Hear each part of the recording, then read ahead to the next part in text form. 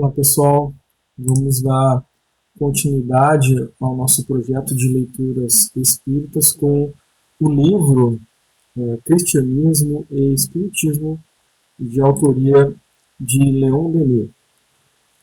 Nosso capítulo de hoje é o capítulo 2, A Autenticidade dos Evangelhos. O capítulo começa assim: nos tempos afastados, muito antes da vinda de Jesus, a palavra dos profetas, qual raio velado da verdade, preparava os homens para os ensinos mais profundos do Evangelho. Mas, já desvirtuado pela versão dos 70, o Antigo Testamento não refletia, nos últimos séculos antes do Cristo, mais de uma intuição das verdades superiores. As eternas verdades, que são os pensamentos de Deus, diz eminente individualidade do espaço, foram comunicadas ao mundo em todas as épocas, levadas a todos os meios, postas ao alcance das inteligências, com paternal bondade. O homem, porém, as tem desconhecido muitas vezes, desdenhoso dos principais ensinados, arrastado por suas paixões, em todos os tempos passou ele ao pé de grandes coisas sem as ver. Essa negligência do belo moral, causa de decadência e corrupção, impeliria as nações à própria perda. Se o guante da adversidade e as grandes comoções da história, abalando profundamente as almas, não as reconduzissem a essas verdades. Veio Jesus, Espírito poderoso, divino missionário, médium inspirado, veio, encarnando-se entre os humildes, a fim de dar a todos o exemplo de uma vida simples e, entretanto, cheia de grandeza, vida de abnegação e sacrifício, que devia deixar na terra inapagáveis traços. A grande figura de Jesus ultrapassa todas as concepções do pensamento. Eis porque não pôde ela ter sido criada pela imaginação. Nessa alma de sua serenidade celeste, não se nota mácula nenhuma, nenhuma sombra. Todas as perfeições nela se fundem, com uma harmonia tão perfeita que se nos afigura o ideal realizado. Sua doutrina, toda luz e amor, dirige-se sobretudo aos humildes e aos pobres, a essas mulheres, a esses homens do povo curvados sobre a terra, a essas inteligências esmagadas ao peso da matéria e que aguardam na provação e no sofrimento a palavra de vida que as deve reanimar e consolar. E essa palavra lhes é prodigalizada com tão penetrante doçura, exprime fé tão comunicativa, que lhes dissipa todas as dúvidas e os arrasta a seguir as pegadas do Cristo. O que Jesus chamava pregar aos simples, o Evangelho do Reino dos Céus, era por ao alcance de todos o conhecimento da imortalidade e do Pai comum, Pai cuja voz se faz ouvir na serenidade da consciência e na paz do coração. Pouco a pouco, essa doutrina, transmitida verbalmente nos primeiros tempos do cristianismo, se altera e complica sob a influência das correntes opostas que agitam a sociedade cristã.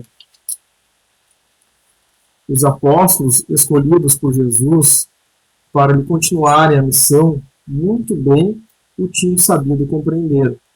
Haviam recebido o impulso da sua vontade e da sua fé, mas os seus conhecimentos eram restritos e eles não puderam senão conservar piedosamente pela memória do coração as tradições, os pensamentos morais e o desejo de regeneração que lhes havia ele depositado no íntimo.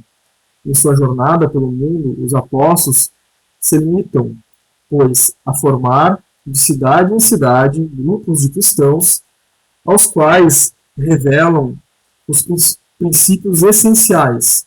Depois vão intrepidamente levar a boa nova a outras regiões. Os evangelhos, escritos em meio das convulsões que assinalam a agonia do mundo judaico, depois sob a influência das discussões que caracterizam os primeiros tempos do cristianismo, se ressentem das paixões, dos preconceitos da época e da perturbação dos espíritos. Cada grupo de fiéis, cada comunidade tem seus evangelhos, que diferem mais ou menos dos outros. Grandes querelas dogmáticas agitam o mundo cristão e provocam sanguinolentas perturbações no império, até que Teodósio, conferindo a supremacia ao papado, impõe a opinião do bispo de Roma à cristandade. A partir daí, o pensamento criador demasiado fecundo de sistemas diferentes há de ser reprimido. A fim de pôr termo a essas divergências de opinião, no próprio momento em que vários concílios acabam de discutir acerca da natureza de Jesus, uns admitindo, outros rejeitando a sua divindade, o Papa Damaso confia a São Jerônimo, em 384, a missão de redigir uma tradução latina do Antigo e do Novo Testamento. Essa tradução deverá ser, daí por diante, a única reputada ortodoxa e tornar-se-á a norma das doutrinas da Igreja. Foi o que denominou a Vulgata. Esse trabalho oferecia enormes dificuldades. São Jerônimo achava-se, como ele próprio disse, em presença de tantos exemplares quanto as cópias. Essa variedade infinita dos textos o obrigava a uma escolha e a retoques profundos. É o que, assustado com as responsabilidades incorridas,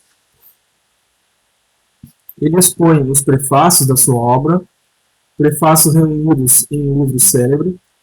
Eis que, por exemplo, o que ele dirigiu ao Papa Damaso, encabeçando a sua tradução latina dos Evangelhos.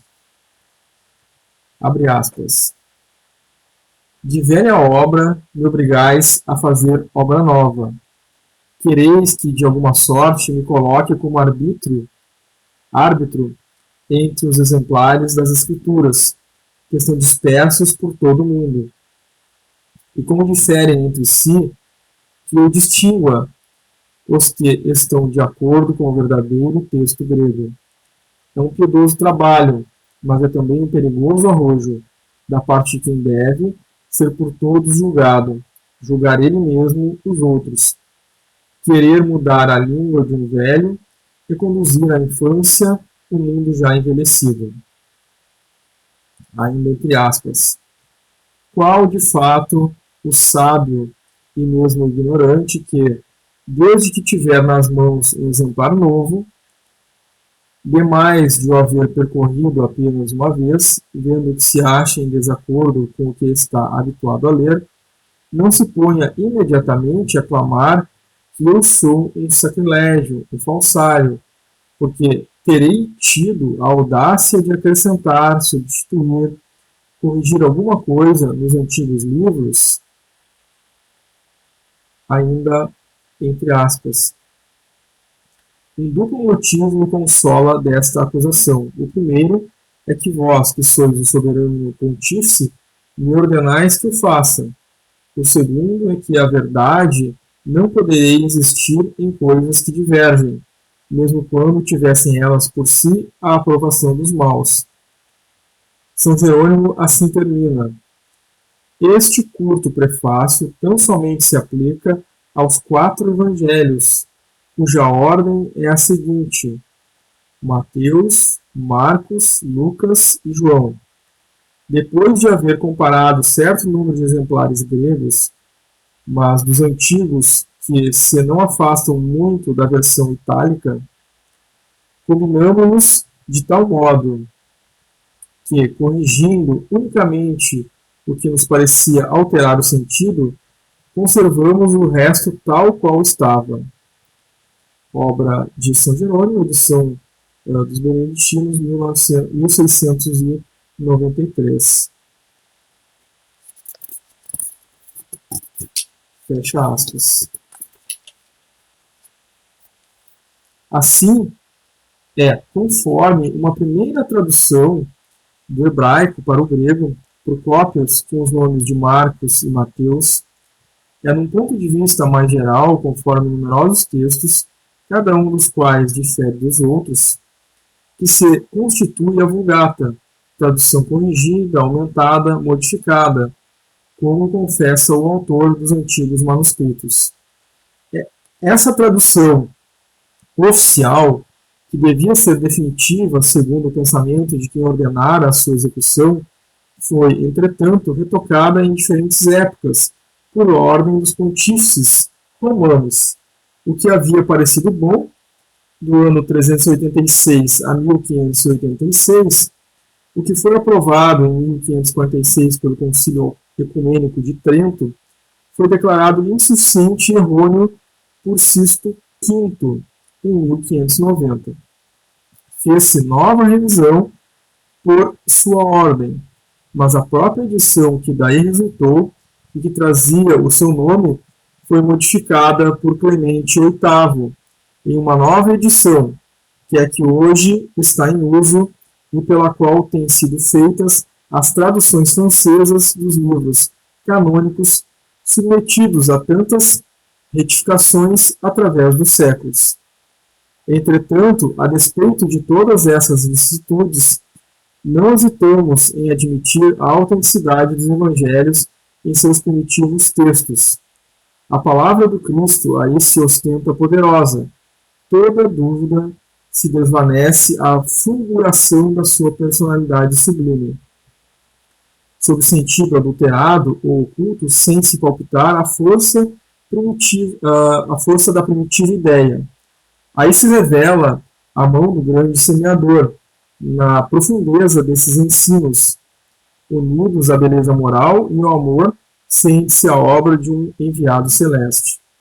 Ao lado, porém, dessa potente destra, a frágil mão do homem se introduziu nessas páginas, nelas enxertando débeis concepções ligadas bem mal aos primeiros pensamentos e que, a par dos arroubos da alma, provocam a incredulidade. Se os evangelhos são aceitáveis em muitos pontos, é todavia necessário submeter o seu conjunto à inspeção do raciocínio. Todas as palavras, todos os fatos que neles estão consignados não poderiam ser atribuídos ao Cristo. Através dos tempos, separam a morte de Jesus da redação definitiva dos evangelhos, muitos pensamentos sublimes foram esquecidos, muitos fatos contestáveis aceitos como reais, muitos preceitos mal interpretados desnaturaram o ensino primitivo.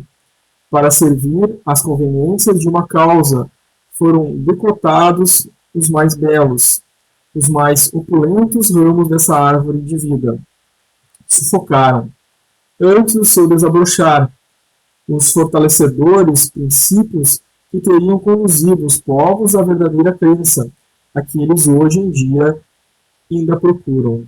O pensamento do Cristo subsiste no ensino da Igreja e nos sagrados textos, mesclado, porém, de vários elementos, de opiniões ulteriores, introduzidos pelos papas e concílios, cujo intuito era assegurar, fortalecer, tornar inabalável a autoridade da Igreja.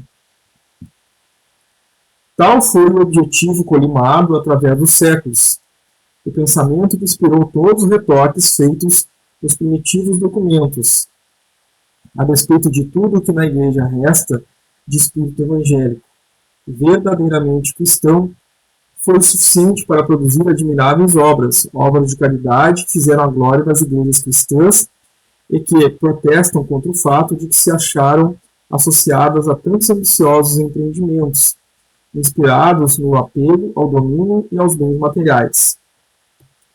Seria preciso grande trabalho para destacar o verdadeiro pensamento do Cristo no conjunto dos evangelhos, trabalho possível, posto que árduo para os inspirados, dirigidos por segura intuição, mas labor impossível para os que só por suas próprias faculdades se dirigem nesse dedalo, em que, com as realidades se misturam as ficções, consagrado o profano com a verdade, o erro.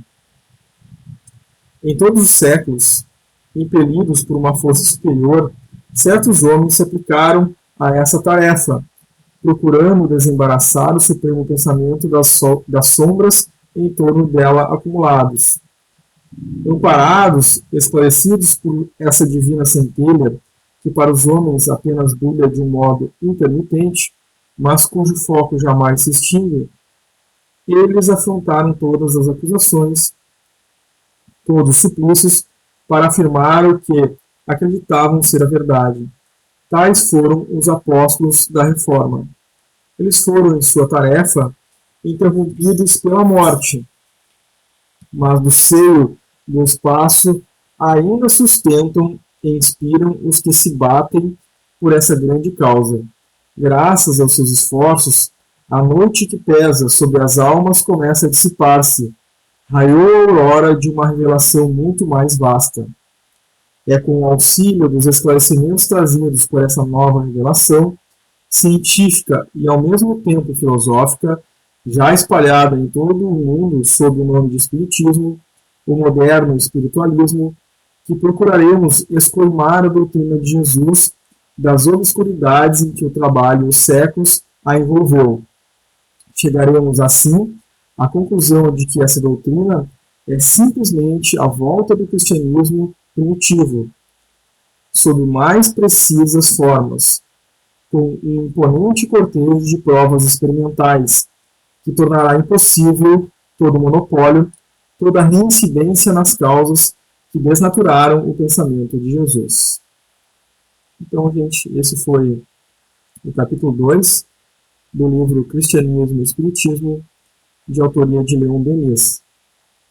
O próximo capítulo, o capítulo 3, será o sentido oculto dos evangelhos. Então, esse será o nosso próximo vídeo, o próximo capítulo, 3, sentido oculto dos evangelhos.